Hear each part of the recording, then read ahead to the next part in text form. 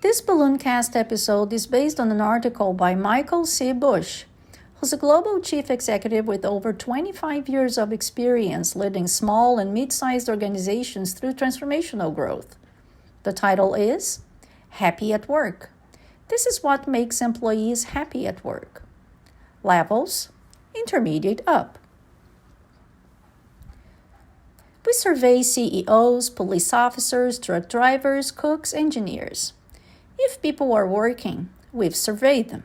And what we know in terms of their happiness, workers all want the same things.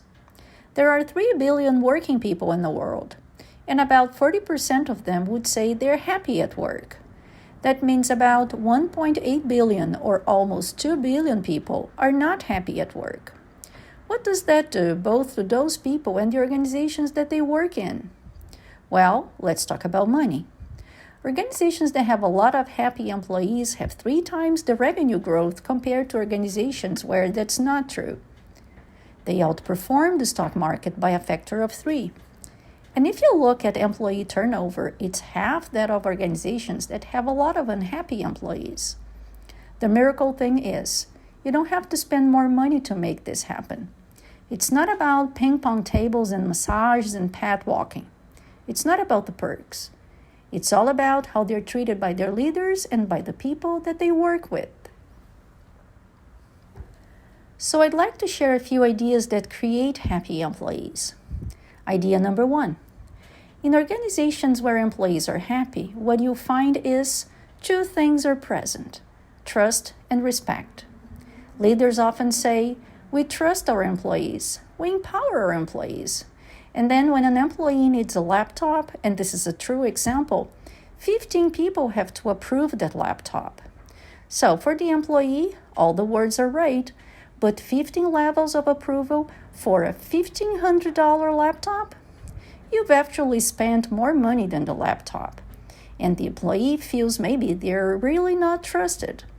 So what can an organization do to have a high level of trust? The first organization that comes to mind is Four Seasons. They have magnificent properties all around the world, and their employees are told, do whatever you think is right when servicing the customer. To hand the trust to your employee to do whatever they think is right makes them feel great. And this is why they're known for delivering some of the best services in the world. Idea number 2, fairness. The thing that erodes trust in an organization faster than anything else is when employees feel that they are being treated unfairly. Employees want to be treated the same, regardless of their rank or their tenure or their age or their experience or their job category, compared to anyone else.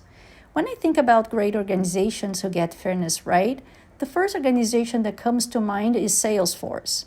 They found that men and women working the same job with the same level of proficiency were making different amounts of money. So immediately, they calculated the difference and invested $3 million in trying and balancing things out. Idea number 3 is listening.